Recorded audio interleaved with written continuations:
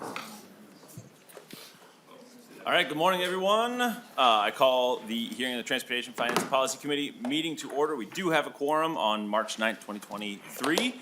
And Representative Petersburg, do you move the minutes for March 7th, 2023 meeting? Why, of course, Mr. Chair. I will move March 7th minutes. Thank you very much. And all those in favor? Aye. Anyone opposed? Minutes are approved. And so we are starting this morning with House File 401 with Chair Hornstein with a recommendation to move to be referred to Ways and Means Committee. Mr. Chair. Thank you very much, Mr. Chair. Members, good morning. So you may remember House File 401 we heard earlier this session. It had a number of different provisions from last year that were agreed to with the Senate, various transportation policy provisions. At that time, I think there was some thought that we would do an omnibus policy bill in this committee, but we're going to be moving policy bills individually to various committees, as you probably have noticed that trend here over the last couple of weeks. So House File 4, Mr. Chair. Mr. Chair, would you like to do your author's amendment? Yeah, I'm going to do that right now. So instead of having House File 401 as we heard it originally, I have an A5 amendment. And so what the A5 amendment does is simply make House File 401 the section of the bill we heard a few weeks ago related to special plates. And so I'd like to move that amendment, Mr. Chair, and then I can explain it. Thank you. Chair Hornstein moves the A5 amendment and further discussion. Chair Yes, so, Mr. Chair, just to refresh your memory, these were various special license plates that, again, went through the process last year. We heard them when we first heard 401. They are again agreed to. They have been through the process, and I just want to make an announcement, if you will, that in terms of the special plate requests we got this year in 2023, this is last year's special plate issue, we're really examining the process by which special plates come to us and how they're processed here in the committees. And Senator Dibble and I on the other side of the street are going to come up with a new revised way to address this issue of special plates, and we'll be looking at that next year. So I just wanted to make that statement on the record. But again, this is last year's agreed to language with the Senate. We heard it earlier, and I'd ask your support. Thank you. So we are currently on the A5 amendment. Any questions or discussion from members? Seeing none, all those in favor? Aye. Anyone opposed? The motion passes. The A5 amendment passes. Chair Hornstein, you have anything else you'd like to talk about with your No, bill? thanks. Thank you, Mr. Chair. And again, just to reiterate, these are the various special plates that we agreed to last year, and I'd ask for your support. Thank you. Any questions on the actual bill itself from folks? All right, seeing none, I renew the motion that House File 401 as amended be recommended to and referred to the Ways and Means Committee. All those in favor? Aye. Anyone opposed? The motion passes. Thank you, Mr. Chair. Thank you, members. Thank you, Mr. Chair. And we're moving now to House File 268, Representative Lislegard, and Chair Hornstein's coming back up.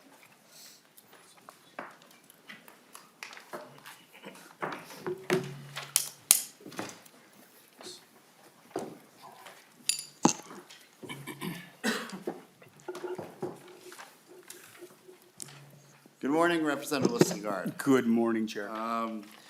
So we have before us House File 268, and this is a special permit for hauling forest products. And, initially we had envisioned maybe combining this with another weight or truck related issue.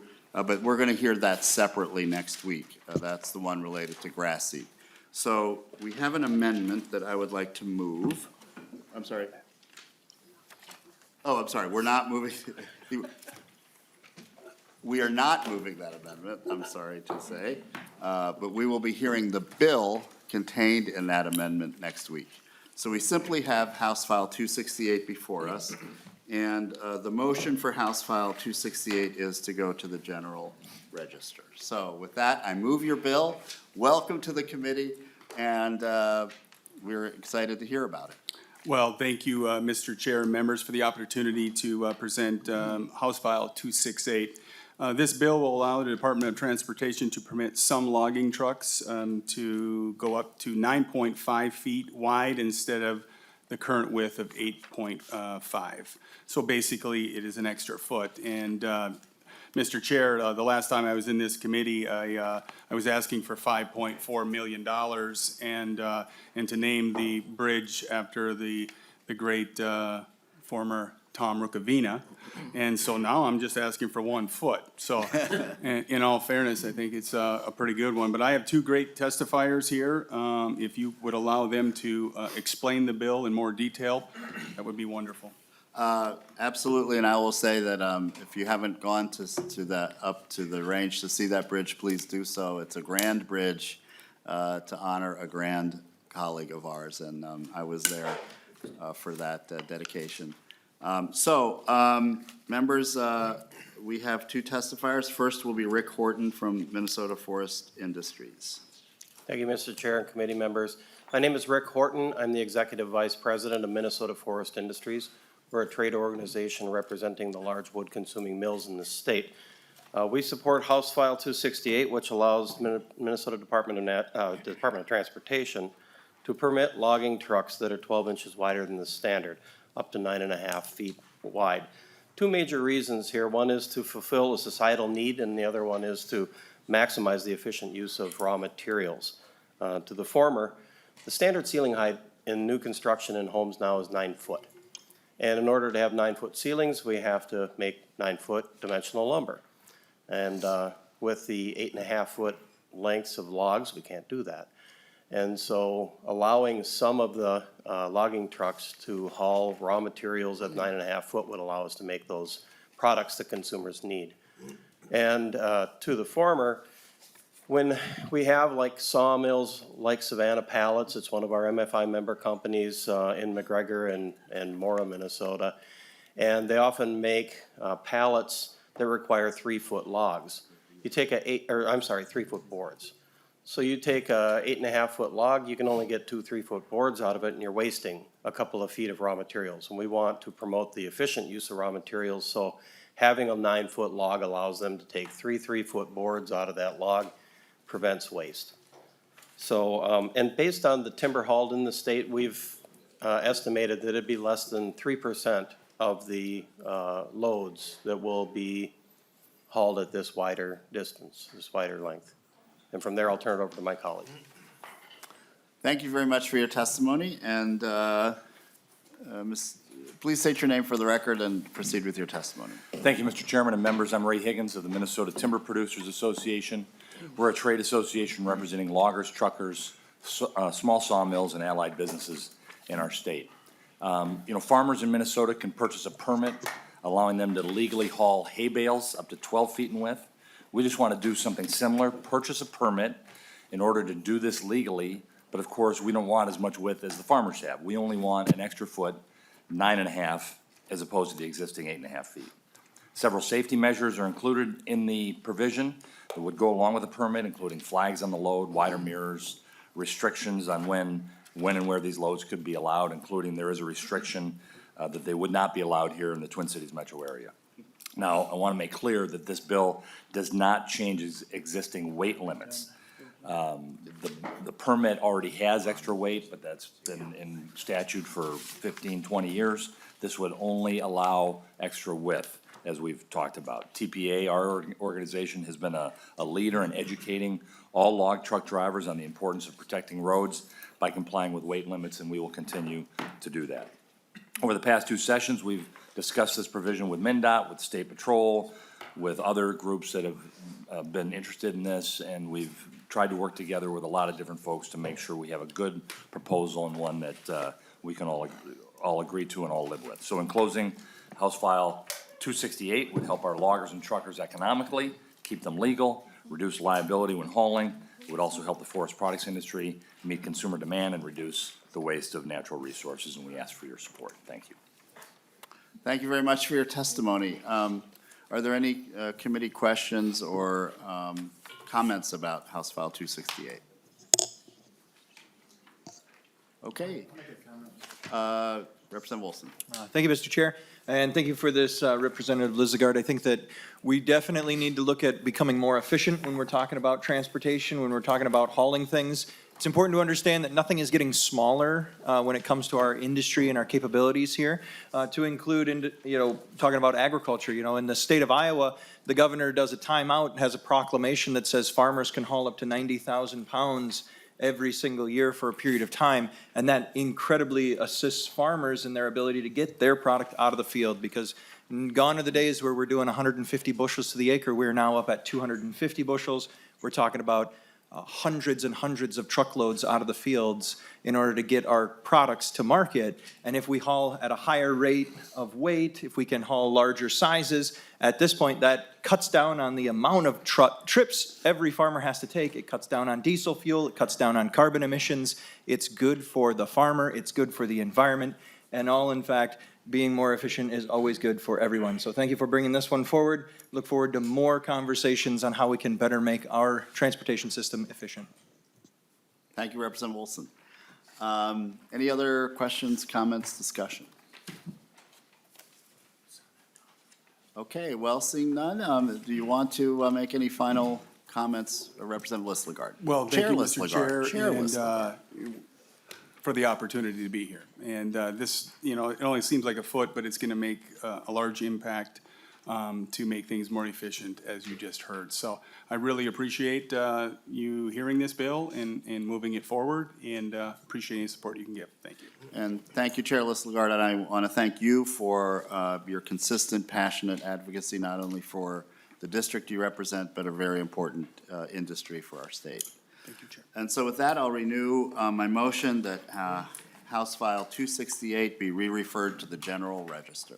All those in favor signify by saying aye. Aye. All those opposed, the motion prevails. You're on your way to the floor. Thank you, Chair. very much.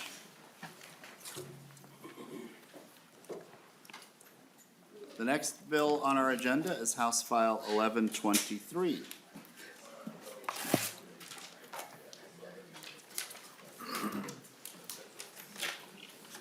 Welcome, and thank you so much for carrying this bill. We'll head to the General Register, and would you like to move your bill? Yes, I would like to move House File 1123. Great. So House File 1123 is before us, heading to the General Register. Let us know about your bill. Yeah, thank you. Thank you, Chair Hornstein, committee members. So this bill is in regards to something that I saw for the first time in the city where I live, Minneapolis, a few years ago. And at that time, I called it the Lime Scooter Graveyards, where we would see Lime scooters just kind of placed haphazardly all across the city. And so this bill is trying to change some of the statutes to ensure that for things like scooters, for things like bicycles, and as we think more about expanding some of our car sharing services and things like that, that we have places to put those things, that we have places to charge those things. So currently, state statute regulates what type of facilities may have advertisements and signs on them that are in the public right of way. This bill clarifies and expands those statutory allowances to account for both shared micromobility facilities and shared EV charging stations. The current statutory exemption only includes bike racks and bicycle storage. This bill would change that to ensure that the same allowance is provided for things like scooter sharing services with EVs or car sharing services with EVs like our car. So generally, these services are provided and are sponsored by corporations. And so this ensures that facilities can contain their branding and necessary signage, which will help incentivize them to create these charging, docking, storing stations.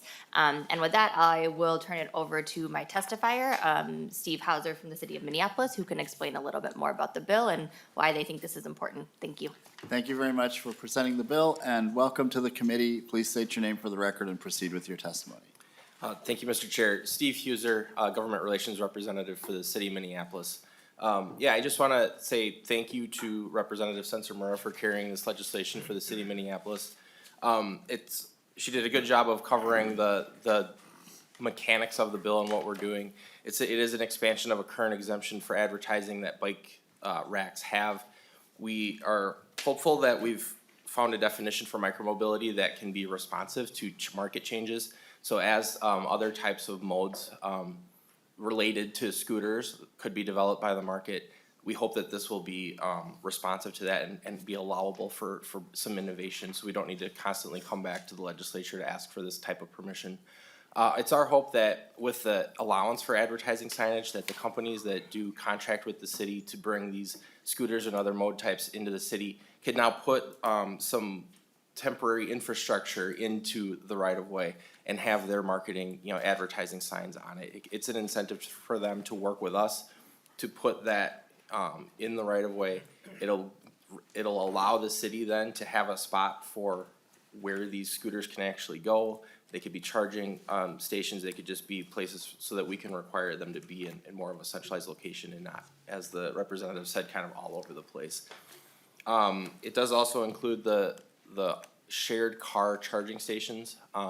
This would be just for the car shares, so these would not be charging stations that just anybody could go up and use. So it is relegated to that. So I'll close with just saying, thank you for hearing this bill, and we hope we can get your support. Thank you for your testimony. Are there any questions of Mr. Huser? Okay, committee discussion to the bill. Representative Petersburg. Thank you, Mr. Chair. And this may be to either one of the testifiers, or the author or to the testifier, I'm not sure which. Can you define for me what advertisement is in here, what the purpose for it, and where that gets used for? Mr. Huser. Mr. Chair and Representative Petersburg, so what we at least have in mind at the city is that it would be things like logos.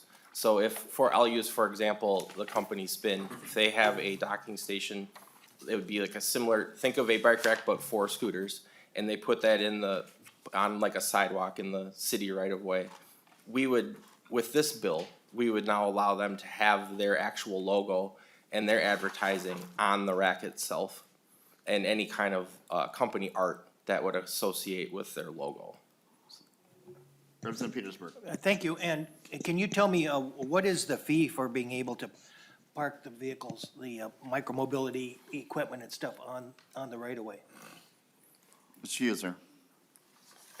Mr. Chair, I might want to call, I have phone a friend on this one. We have some technical expertise from the city of Minneapolis. My short answer is I don't think that there's necessarily a fee. These are contracts that are negotiated between the companies who provide the service and the city, having them come in. But I do have Russ Brooks from the city that could, if you want a more detailed answer to that. I think it would be appropriate. Welcome to the committee. Please state your name for the record. My name is Russ Brooks. I am a mobility planner with the City of Minneapolis Department of Public Works. Mr. Chair, Representative Petersburg. We don't have a fee around infrastructure. In fact, allowing them to place their logo on it is the benefit that they want for providing that infrastructure in the city. So, for example, I have one of the micromobility companies that is interested to bring 100 parking facilities into the city at no cost.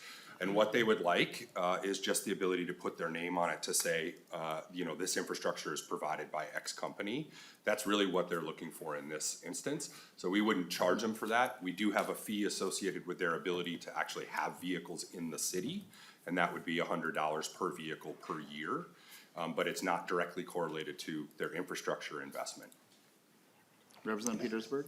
Thank you, because I think that's important to know that there is that at least they do pay something in order to have the access for this income-producing program that they have.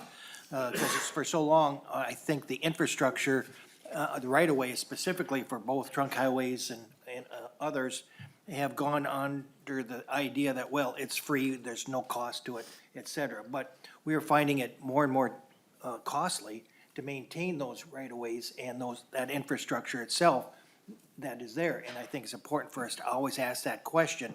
If people are using that right-of-way, is there a share in that maintenance cost as well. So I'm glad at least the city is getting $100 per vehicle for that, you know, even though those that are on state roads may not, but thank you for that.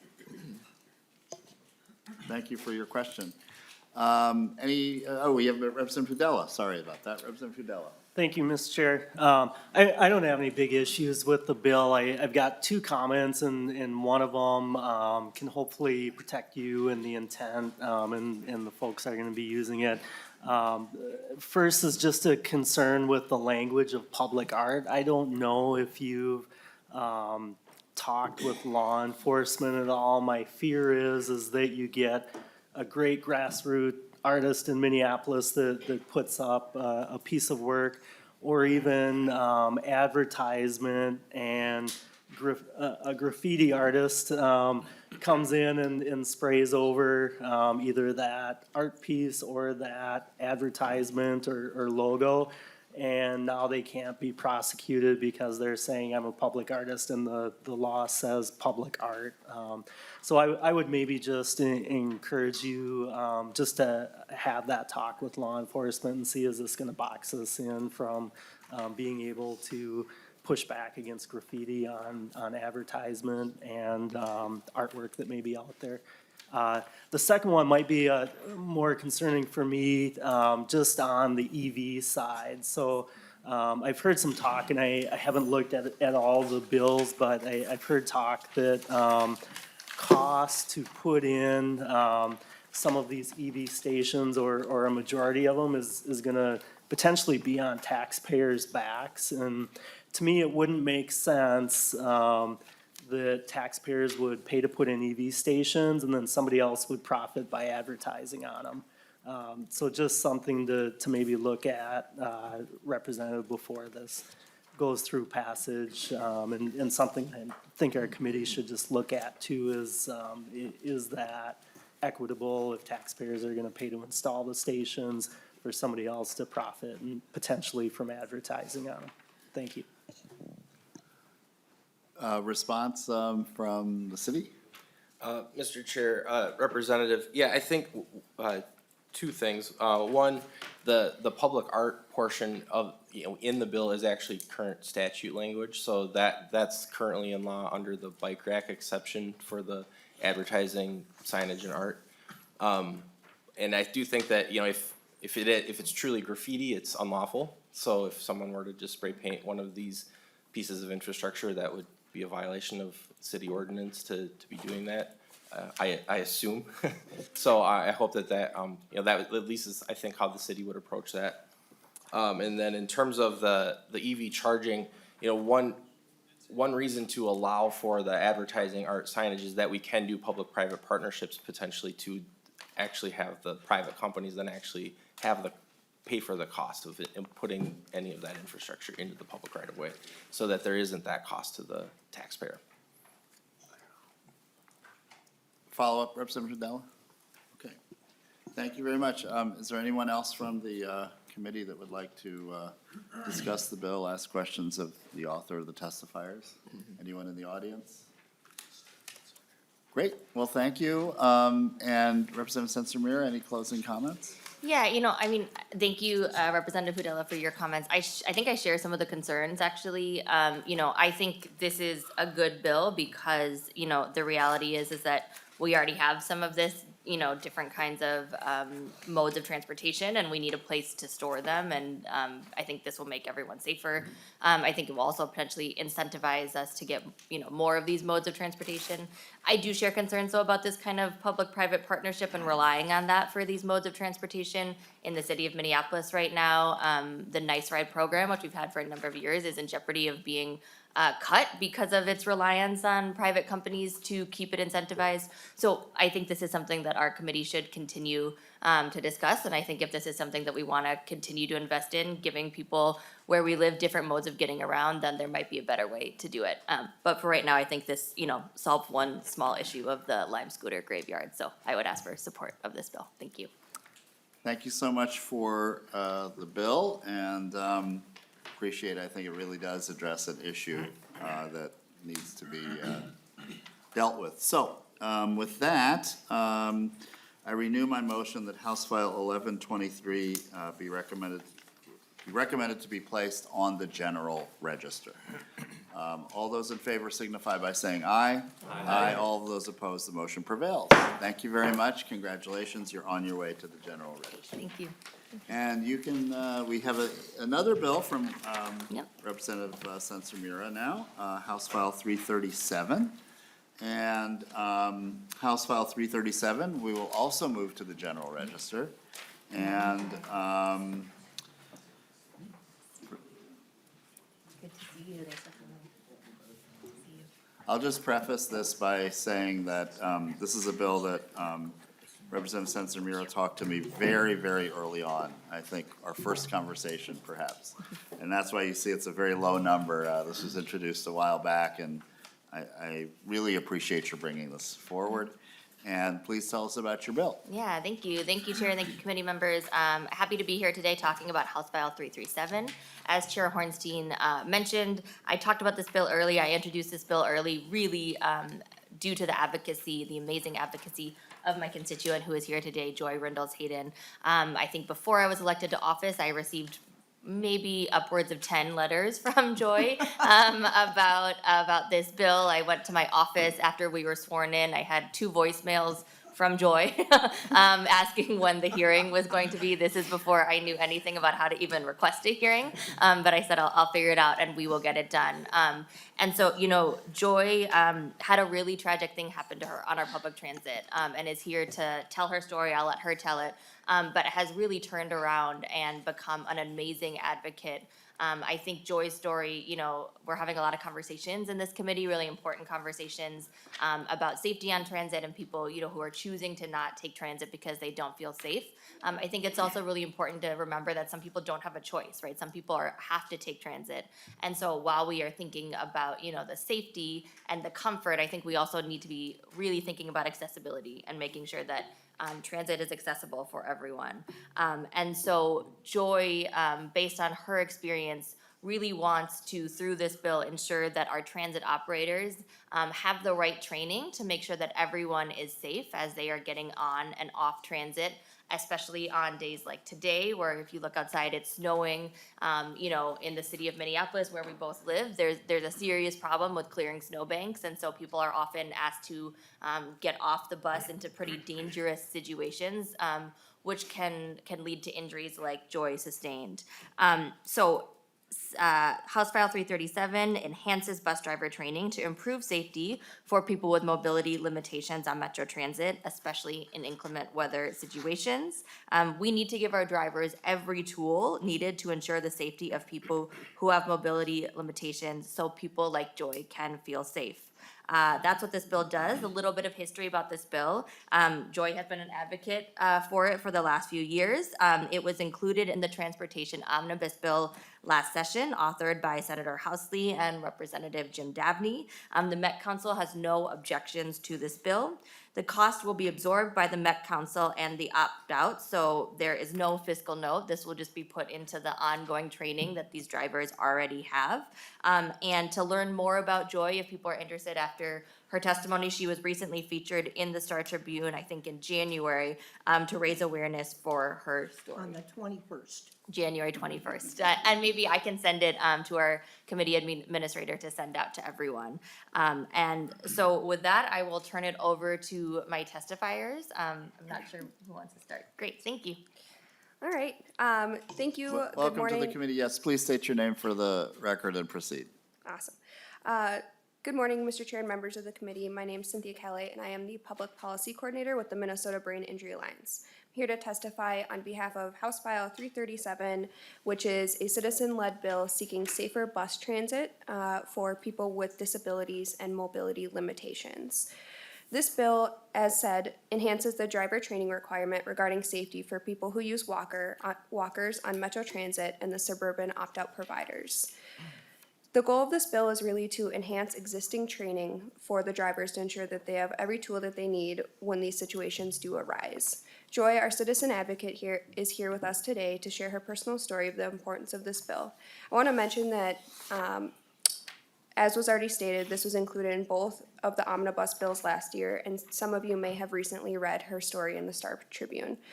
We are hopeful that after years of tireless advocacy that we were able to get this passed. I want to thank Chair Hornstein, Representatives Sencer-Mura for chief authoring this bill, and thank the committee members and staff. I'll let Joy share her story, but I'm also here to answer any questions. Thank you so much for your testimony, and Joy, welcome to the committee, and please state your name for the record and proceed with your testimony and your story. Hornstein. My name is Joy Rindles Hayden, and as Samantha said, we both live in South Minneapolis. Thank you for the opportunity to testify today in support of House File 337. My accident happened about 3:40 p.m. Monday, January 9th, 2017. I was coming home from the bus from physical therapy at the hospital. My bus stopped at 38th in Chicago. This is before George Floyd was murdered at that corner. I was getting off the bus to make a transfer. Because of the timing of the buses, I didn't have much time to make the transfer.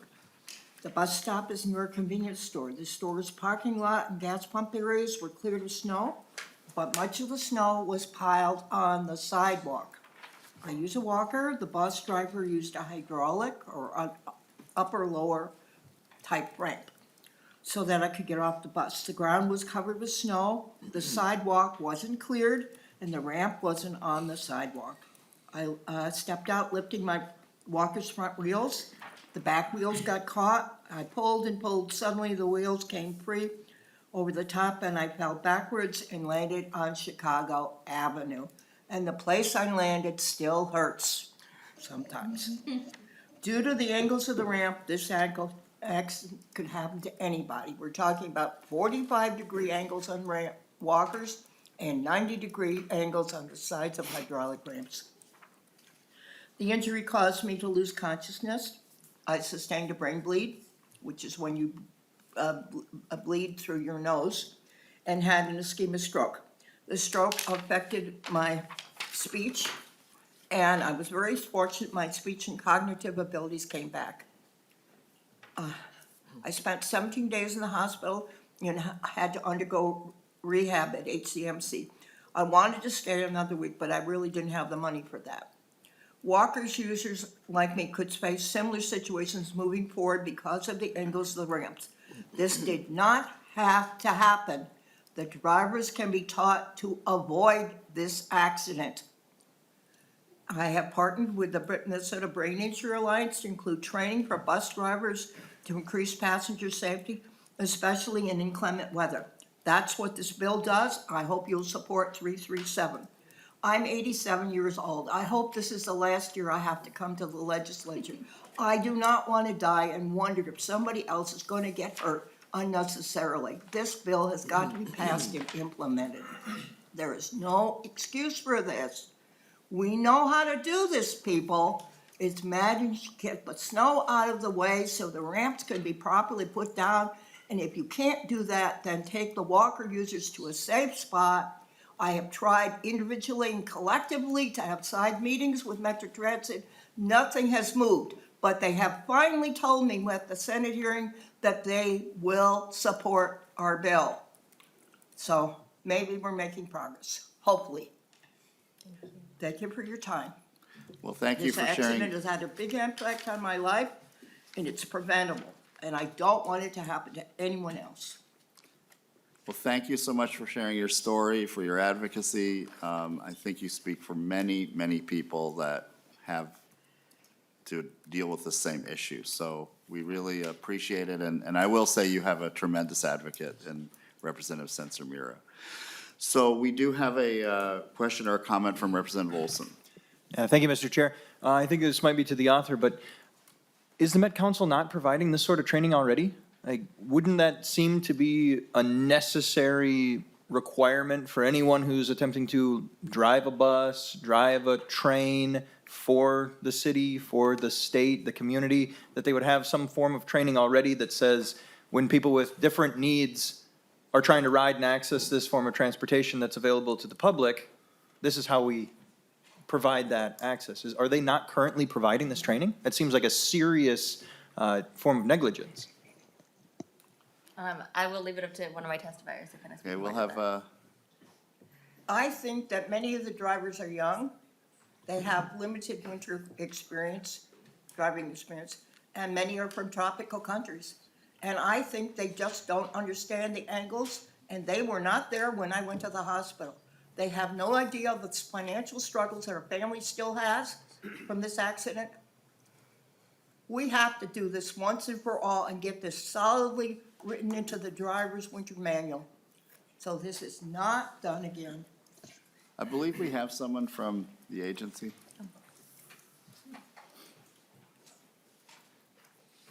Welcome to the committee. Please state your name for the record and proceed with your testimony. My name is Leslie Canderas, and I work at Metro Transit as an interim general manager. Thank you, Chair Hornstein, committee members. I wanted to address the member's question. Metro Transit does provide this training to our operators. They receive training at a few different points in their career. When they're first starting, they receive training on how to assist customers who are using mobility devices or otherwise indicate that they need assistance. They receive training throughout their first 2 years on the job when they're in an apprenticeship role and are still really learning how to be effective bus operators. And we also do an annual refresher training on how to operate a bus during winter weather and inclement weather. Now, that being said, as the representative mentioned, we don't have any objections to this bill. We welcome the opportunity to talk more with the Transportation Accessibility Advisory Committee and others who might have ideas on how we can improve our training further. But I did want to clarify, we are providing training today. Representative Wilson? Thank you, Mr. Chair. That's great. So this is essentially, you would have no objections to this because this is something that you're potentially already doing, and there's no extra cost because it's something you're already paying for. Correct. Thank you, Representative Wilson. Representative Elkins? Thank you, Mr. Chair. Yeah, it's been my experience during my bus riding days that most of the drivers seem to be pretty good at getting people in wheelchairs on and off the buses. The bigger issue that is that it's just, as you said, basically it's the sidewalks needing to be cleared. I mean, the snow plows come through in front of the bus stop, and you just can't navigate from the sidewalk to the bus through the huge berm that's thrown up by the plows. And I don't know that this bill really solves that problem, but one way or another, we kind of have to solve that problem as well. Thank you. That's very true. I don't know if anyone wants to comment on that, but I don't see any, so Representative Murphy. My comment is actually close to that. Thank you, Mr. Chair. I was on 48th Street in Minneapolis, and I was watching. First, I missed my turn, so I came back through the alley, and I was surprised that you could not walk in the alley, for one thing. I mean, the ruts were so deep, I thought, geez, I'd fallen in early January, and I thought, I don't see how you could make this work. So I took the corner, and this gal with a cane was negotiating her way down the sidewalk, and the sidewalk was tough. And I saw the bus come up, and she was obviously trying to catch the bus. So I agree with what you're saying. I think the sidewalks needed it quite a bit, because these were definitely not, shoveled out or anything, so that was a problem. I guess my question is what do they do? How far do they go? What's the training, expectation of the training then? As far as, what's the responsibility of the driver? That might be another one for the interim general manager. Welcome back. Chair Hornstein, committee members. So when drivers are trained to operate their vehicles in inclement weather, they're really given some options to figure out where exactly to stop. So if they cannot safely stop at the bus stop because of the snow and ice, they can pull to a different location. And that's the primary responsibilities for the driver, to use their discretion on finding a safe place to stop so they can deploy their ramp, or just so people can alight generally.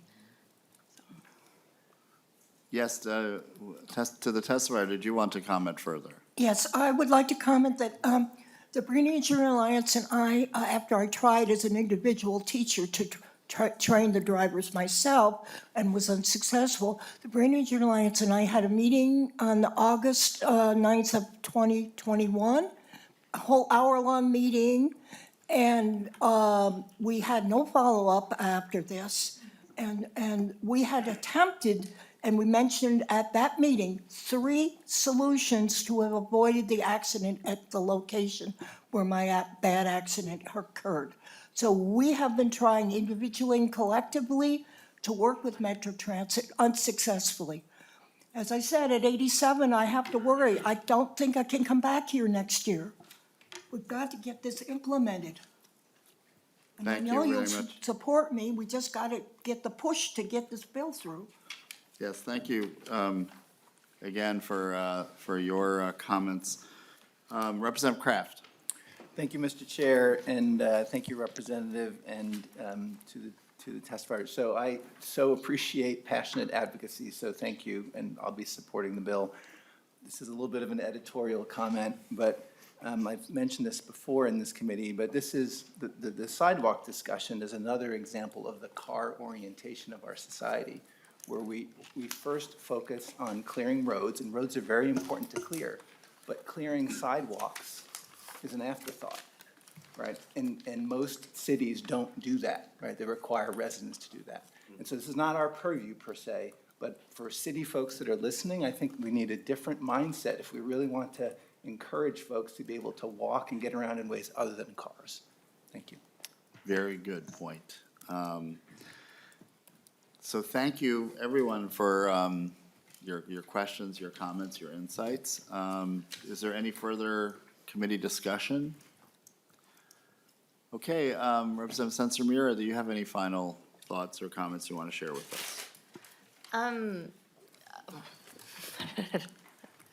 I have I'm gonna refrain from saying some snarky comments that this bill I think is a little bit us just trying to get people to do maybe what they already should have been doing, and that might be a common refrain that we're hearing this week from some of our bills, but nonetheless, putting it, I think, into statute is important, and it's important for our advocates who have tried many ways to bring these people to the table to make sure that we are making our public transportation as safe as possible. Definitely agree with some of the comments, especially from Representative Kraft, about the need for us to think about how we move from a culture that is really focused on how do we make the road safe as possible for cars, to think how do we make the road safe as possible for everyone. I think that there are some innovative conversations, at least in my city, about how do we do sidewalk clearing in a different way, and I'm excited for those continued conversations, and if there's anything that we can do at the state level to support with that, I'm interested in having those conversations. But just want to end with thanking Joy for her amazing advocacy to ensure that what happened to her hopefully doesn't happen to anyone else, and that people can be safe to ride transit regardless of the weather. So thank you all.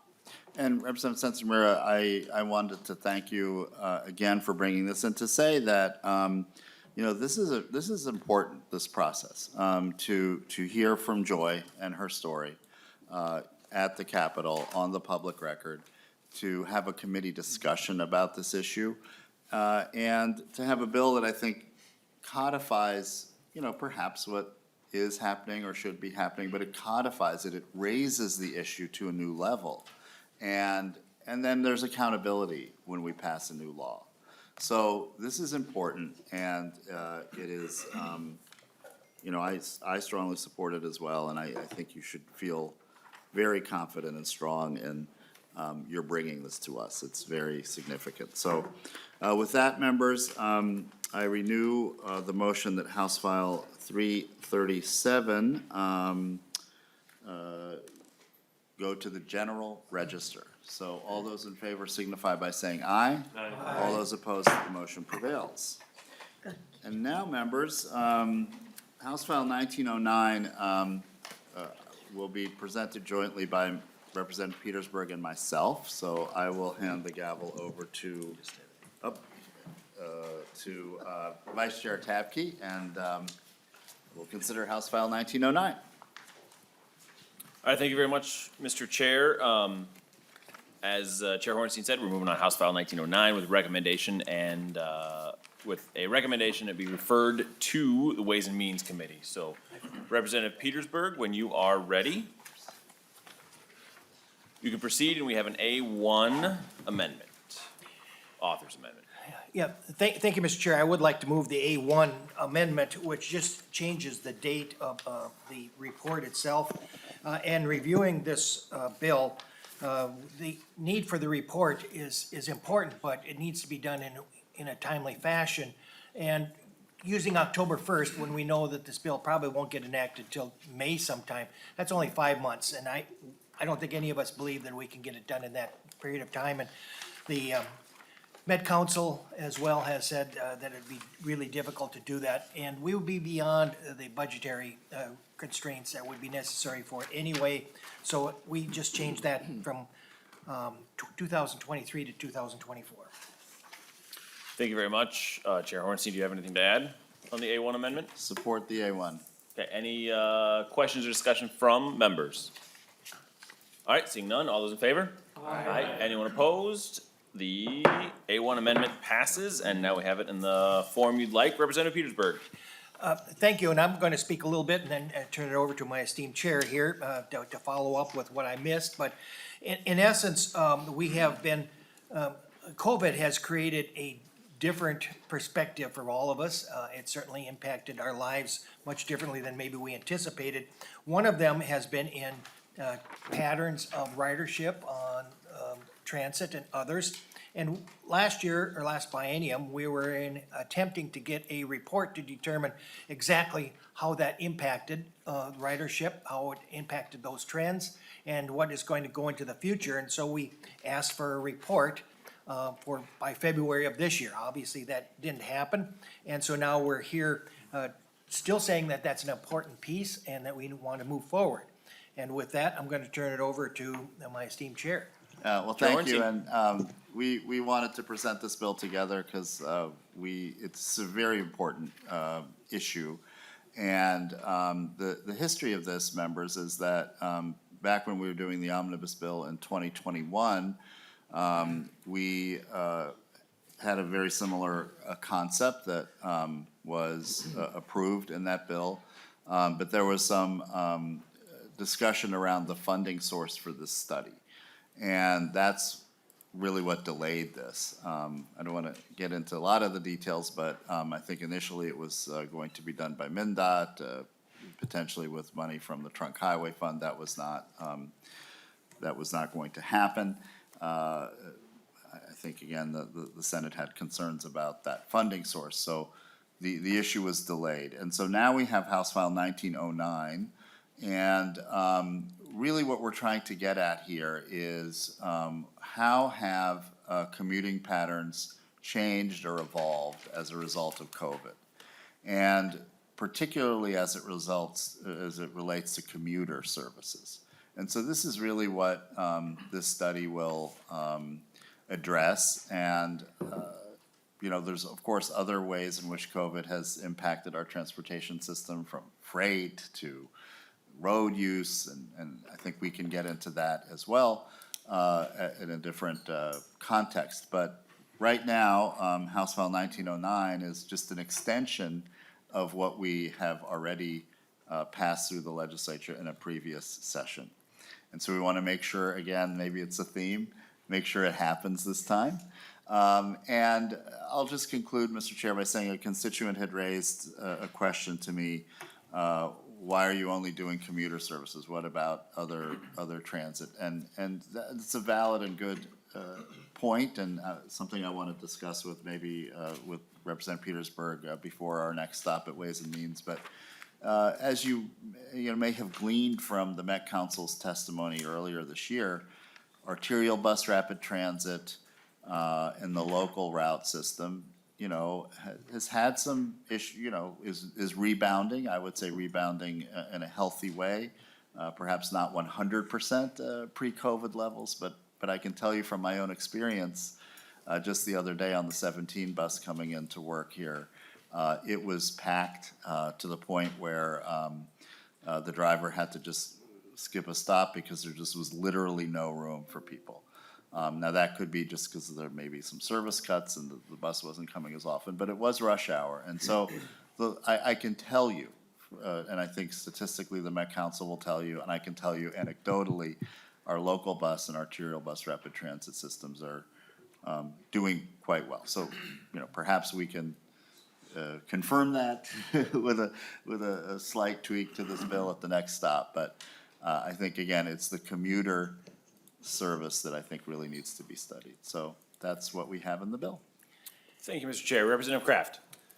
Thank you, Mr. Chair and Mr. Chair and Mr. Minority Lead. And thank you both for bringing this. I think this is a really important bill. I do have a number of questions on it. My first one was around the commuter side of things because as we've heard that post-pandemic, folks may be using transit in a different way than they had pre-pandemic. So I am a little bit concerned that we'll miss potentially a key segment of folks that are using transit with just a focus on commuters. So I understand that rationale, but I do have a little bit of concern there.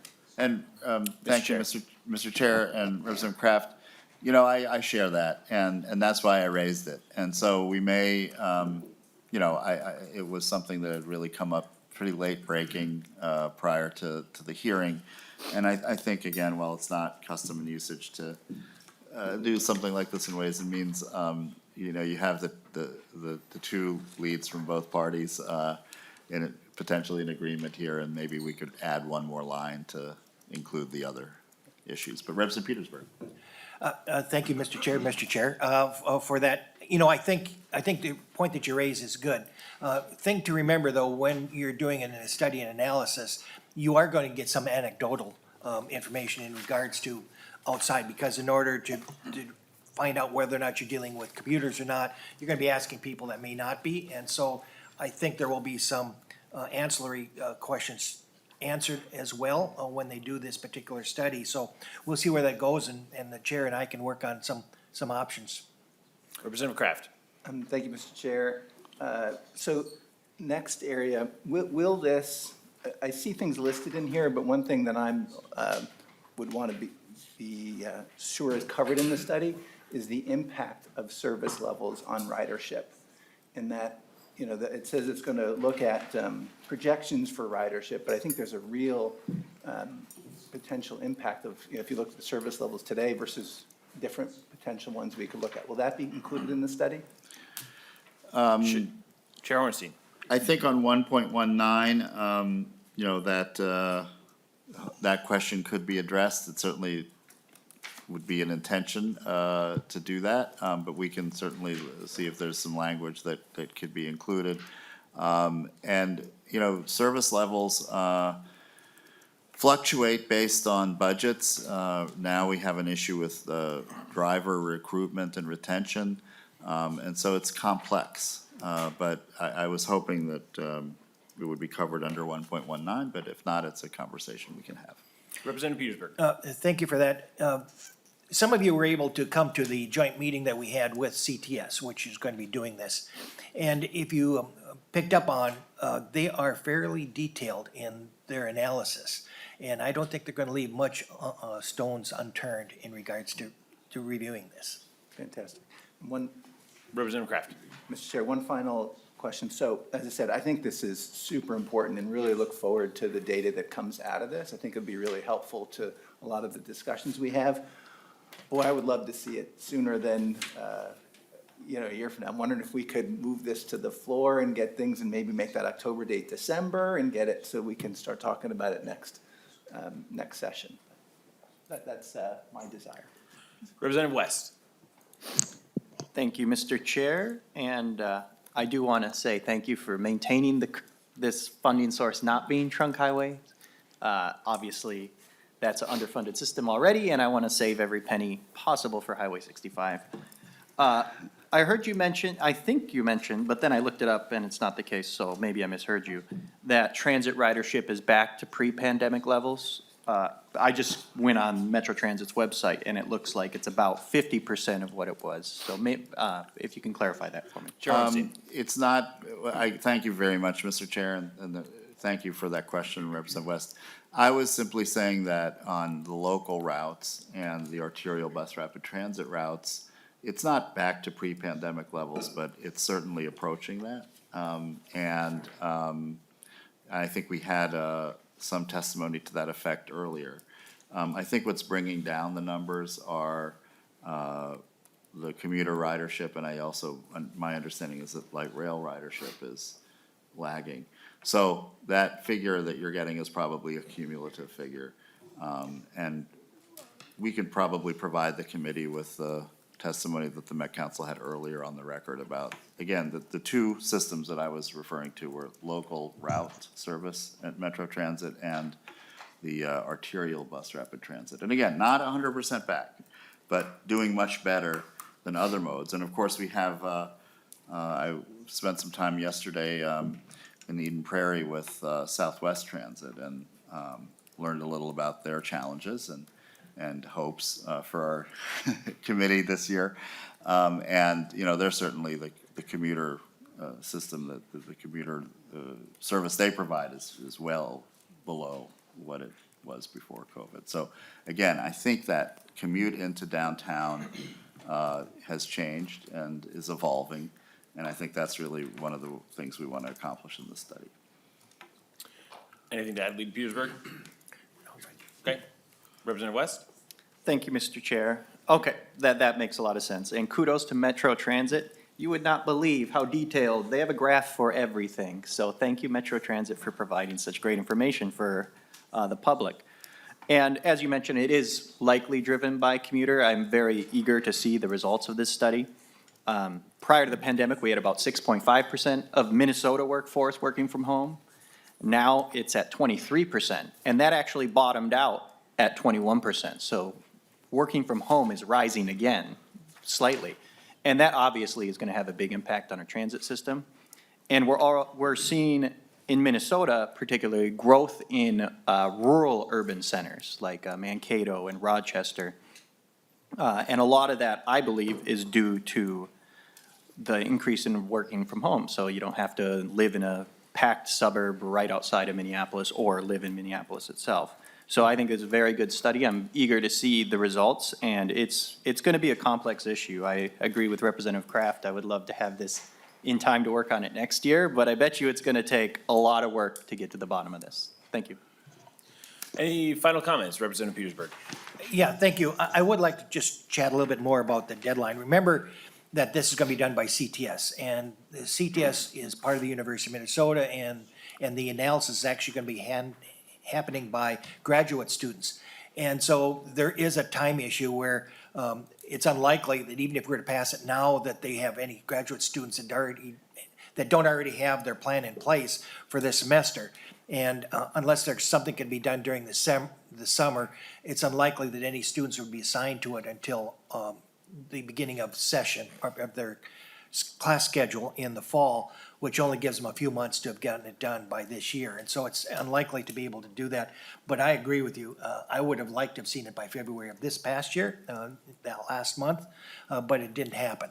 I just think this is an important piece that we need to kind of have another tool when we start thinking about the budgeting, when we start thinking about what is the best way to deal with transportation and transit and getting people around the state. So I thank you for your support, and I will give the last word to my chair. I want to thank Representative Petersburg for bringing this forward, and again, it's a priority for both of us. It's important data for us to examine, and you know, we have hearings to hear, and I certainly Representative Kraft and others have made some suggestions, and you know, we'll take those to heart, and if there is some language that needs to be added, brief language or clarifying language, I'm certainly open to that, and with Representative Petersburg, of course. Thank you, and my apologies, I should have done that in the reverse order. Sorry about that, Representative Petersburg. But no further comment. We will vote on, renew the motion that House File 1909 as amended with the recommendation and referral to Ways and Means Committee. All those in favor? Aye. Yeah. Anyone opposed? The motion passes. And then next we have House File 1261 from Representative Nelson.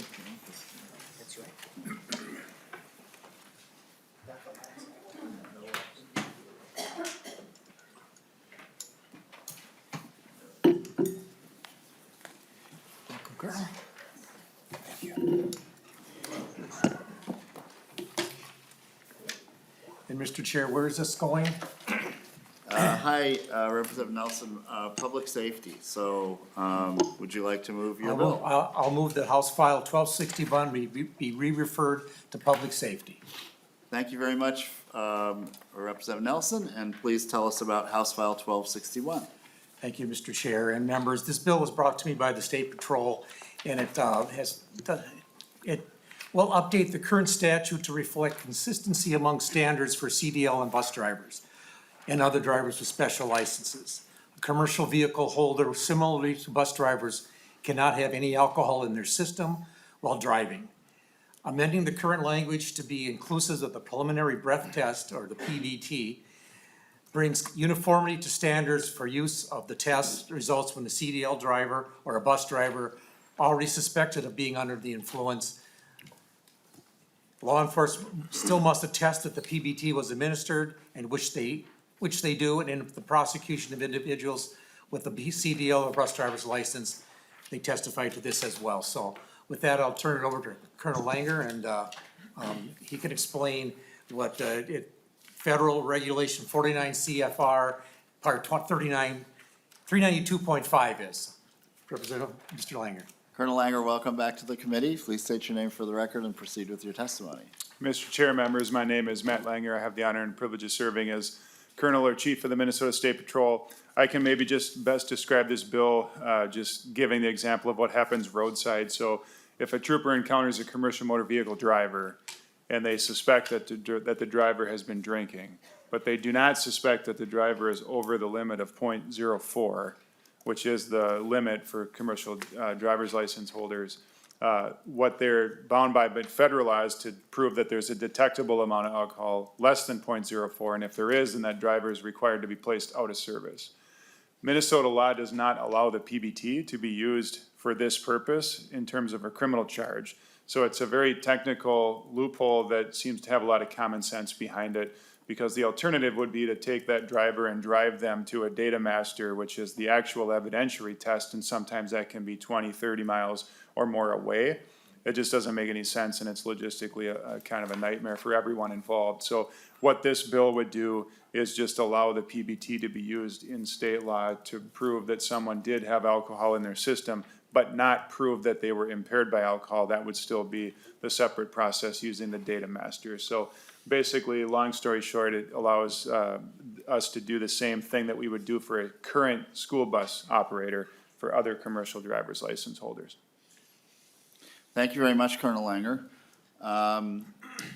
Are there any questions or discussion? Representative Wilson, then Representative Petersburg. Yeah, thank you, Mr. Chair. And to Colonel Langer, can you please, so I have a commercial driver's license, so .04 is the limit in which I can be in any way, shape, or form, even in my pickup truck. That's correct, right? .04 in my pickup truck, I'll still lose my CDL. No, Mr. Chair, Colonel Langer. Representative, this is one of the urban legends that lives in eternity. So it's a good one because it keeps people maybe more honest than they could otherwise be, but the impairment level of .04 follows the vehicle, not the CDL. So if you're just driving a regular pickup, not pulling a trailer or a combination that would put you into CDL status, it would be .08.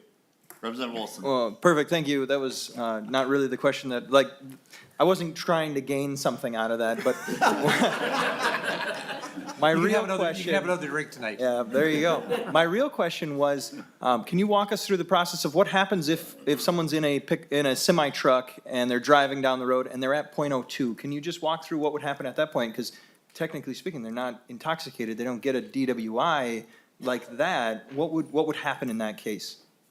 Colonel Langer. Mr. Chair, Representative Olson, they'd be placed out of service for 24 hours for that violation. So right now, it would just be the trooper's discretion and conversation with the driver, and that's where the gray lies. And so in full honesty, this could allow, there could be a situation where a trooper detects alcohol, someone smells like alcohol, or thinks they smell like alcohol, and if the PBT result comes back as zeros, then they wouldn't be placed out of service. So there's good protection both ways, but this is just a common sense provision that that driver just be placed out of service. I think that's great. Thank you. Okay, thanks for the question, Representative Wilson. Representative Petersburg. Thank you. I guess it's just kind of a general question. So does that, Colonel Langer, does that put us more in line with federal regulations? I mean, is this really clarifying a lot of issues that have been up to this point so that we are just in more compliance with federal law? Colonel Langer. Mr. Chair and Representative Petersburg, I don't know that every state has such a prescriptive law guiding the use of the PBT that Minnesota does, so I don't think it's an issue of us being in greater compliance with the federal regulation. It just allows in Minnesota for the PBT to be used as a screening tool to confirm that there is alcohol and it's under .04. Thank you, Representative Petersburg, for the question. Members, any other comments or questions to the author, to Colonel Langer? Okay, well, thank you both for your testimony, and Representative Nelson, do you have any final comments? As I said, members and Mr. Chair, that just, as I said earlier, this was brought to me by the State Patrol as a way to upgrade our laws and make it simpler and easier for them to do their jobs. So with that, I'll renew my motion. Thank you very much. Representative Nelson renews his motion that House File 1261 be recommended to be re-referred to the Committee on Public Safety, Finance, and Policy. All those in favor signify by saying aye. Aye. Aye. All of those opposed, the motion prevails. Thank you very much, Representative Nelson. Chair Nelson. Our last bill on the agenda today is House File 717. Representative Rehm. Mr. Chair, I'm wondering if we can have some walk-up music for this? That would be appropriate if someone has some.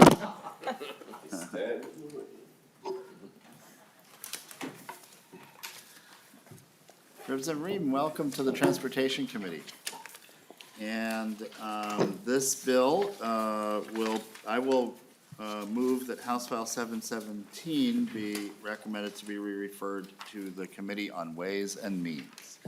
So please present House File 717. Thank you, Mr. Chair and members, and I believe we have an amendment. Oh, yes, that- A2. I'll move the A2 amendment. Thank you, Mr. Chair and members. Dearly beloved, we are gathered here today to present House File 717. If you're a Prince fan and you live in Minnesota, you probably have, I'm sorry. Representative, just one second. Could you just, we want to hear the A2 amendment first. Oh. And then, Sure. but I'd love for you to do your intro again. Before you do the bill, but let's just do incorporate the A2 and then we'll get right into it. The A2 amendment, Yes, proceed. can we make the move to move the yes, A2 it's amendment? moved and, Representative Petersburg.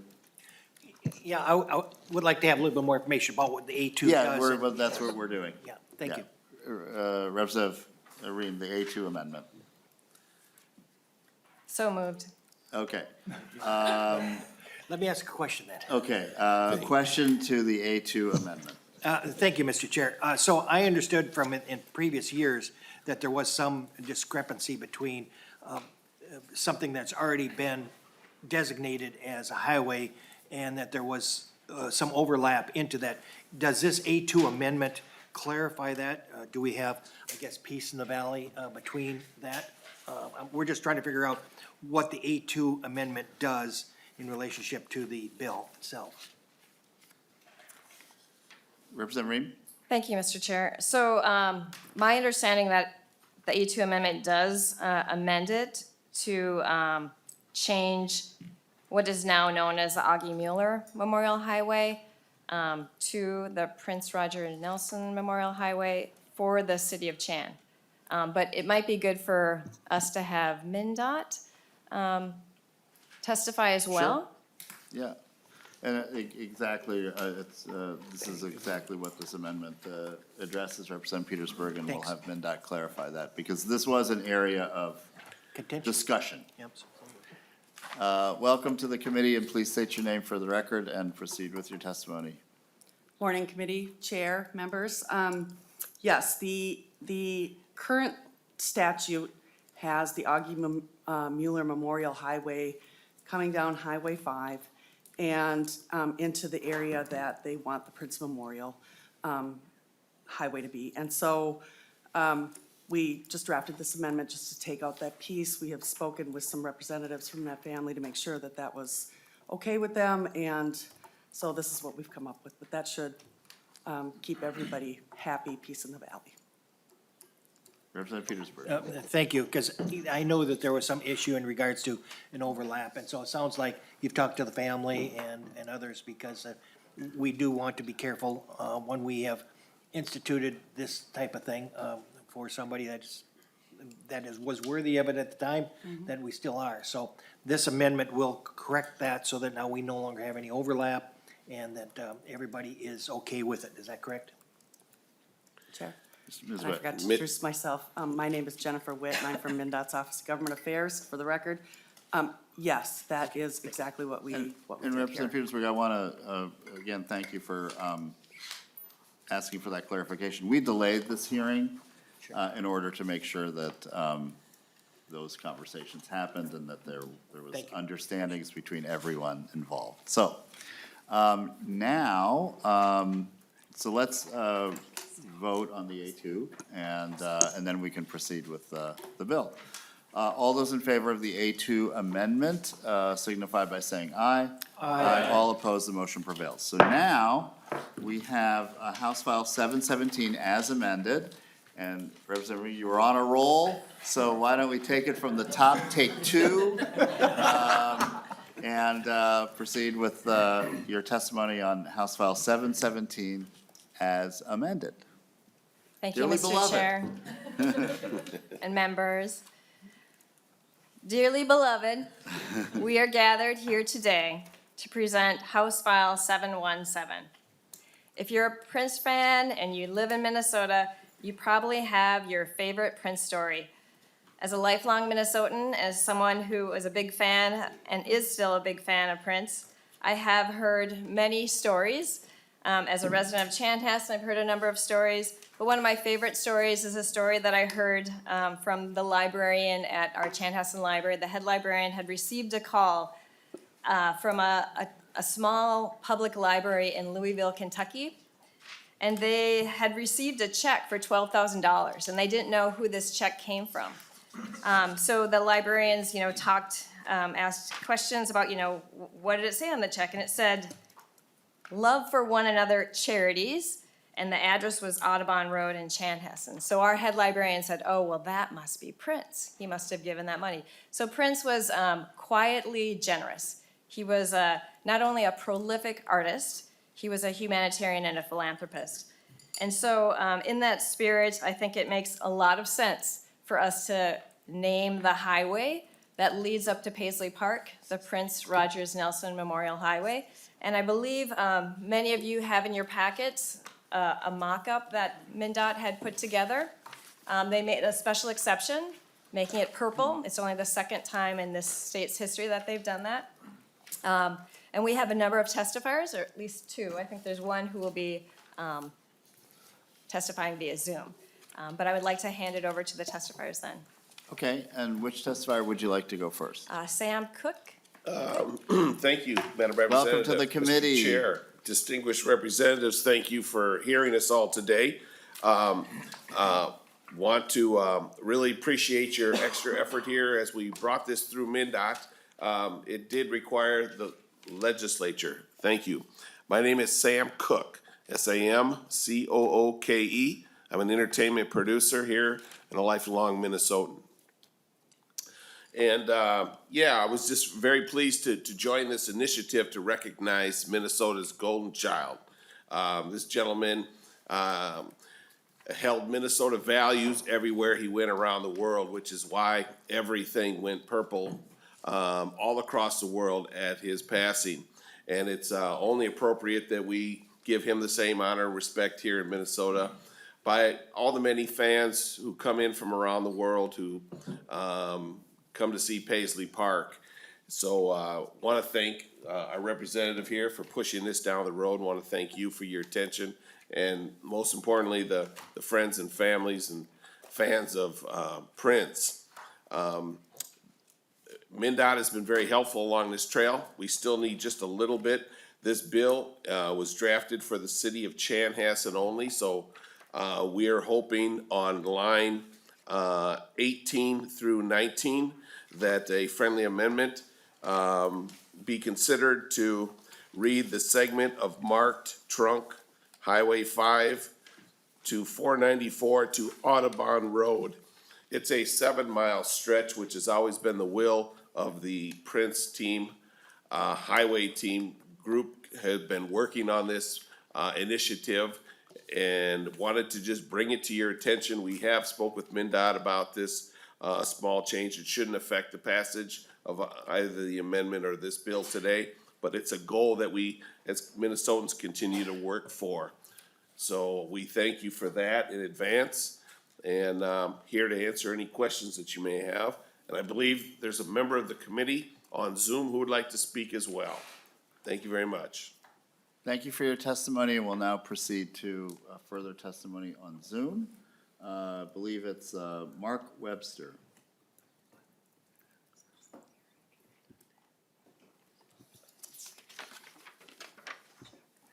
Hello. Good morning, Mr. Chair. Welcome to the committee, and please state your name for the record and proceed with your testimony. My name is Mark Webster, and I am the co-organizer of the PRN Highway. And I want to thank Lucy Rehm and Mr. Cook and the committee for listening to this. I think this is a very warm day for Minnesota to have Prince Rogers Nelson aligned on Highway 5. Our initial approach to this was to have Prince's Highway starting off of 494, going on to Highway 5, leading all the way up to Audubon, which gives it a 7-mile stretch. If we know Prince in his music, he talked about the number 7. Prince also was born on the 7th. He has 7 assemblies. This is just a number that we calculated and we thought it would be good for the fans to have. I want to commend MnDOT for the beautiful purple sign. Remember when I was in the pushing this and we didn't know that could happen. You guys did it. You deserve an applaud for that. I appreciate it very much. But yes, I hope that we can move this forward and make this happen for the state of Minnesota, Chanhassen, and actually for the world. It's going to shine a lot of light on Minnesota and what we're doing for someone that we truly love. And he's just one of many that have came out of this state and shown his greatness for him. He lived and he passed away here. So I hope we can move forward with this and make this happen. And we do have another gentleman on here, one of the co-authors of this too. I mean, one of the co-organizers is Bob Finn. I would like for him to speak on it. He's been with me from day one. He's a resident of Chanhassen. He's been working on this with me from day one. Thank you very much for your testimony. And so next we do have Bob Finn also on Zoom.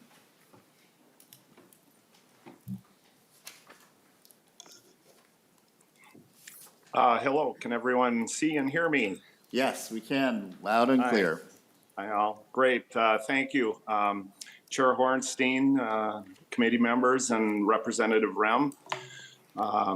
My name is Bob Finn. I'm a longtime Chanhassen resident and co-organizer with Mark Webster on the Prince Rogers Nelson Memorial Highway bill and the effort that we're trying to get done here. So this is our second time with this committee. We met last March 29th when our Representative Greg Bowe tried to get it past the hearing phase, but we did meet and testify at that time as well, for the record.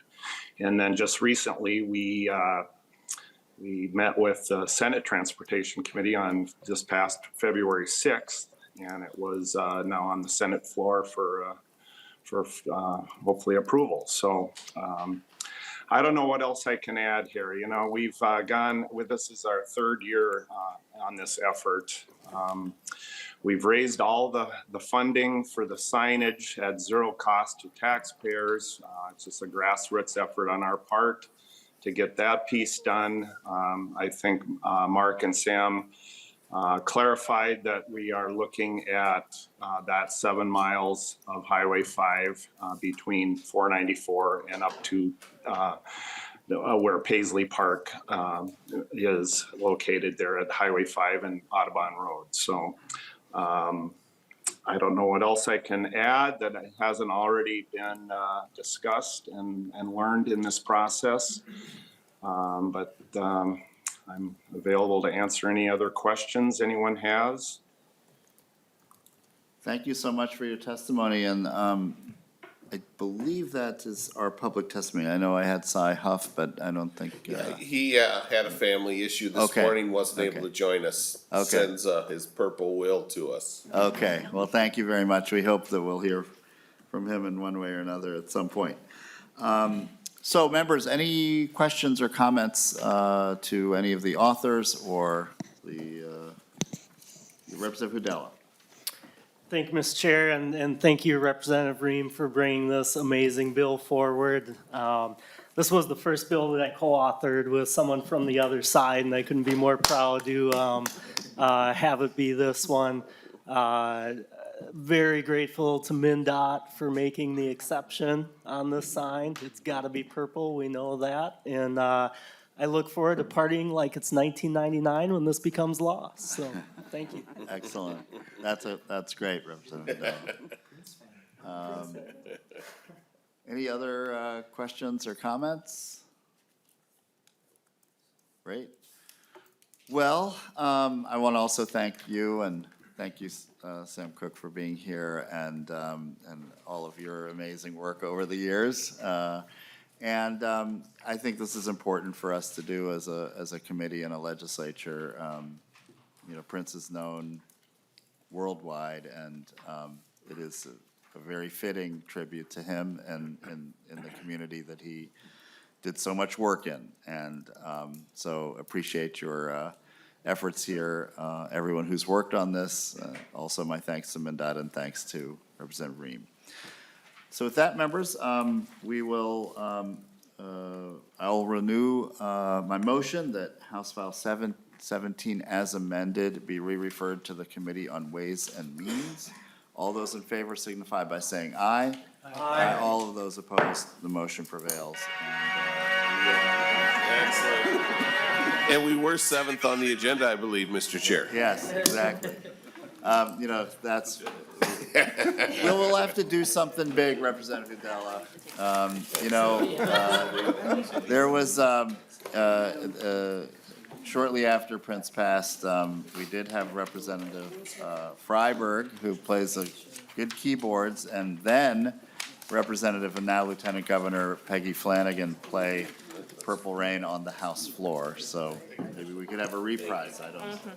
Okay, members, just a couple of announcements here before we adjourn. We have a number of bills tomorrow. We're gonna be in SOB Room 5 at 8:30. And then we're gonna have quite a bit of activity next week, so stay tuned for that. Again, tomorrow, SOB Room 5, 8:30 a.m. We're gonna start with House File 2479, Representative West. So with that, members, we are adjourned. Thank you all for participating.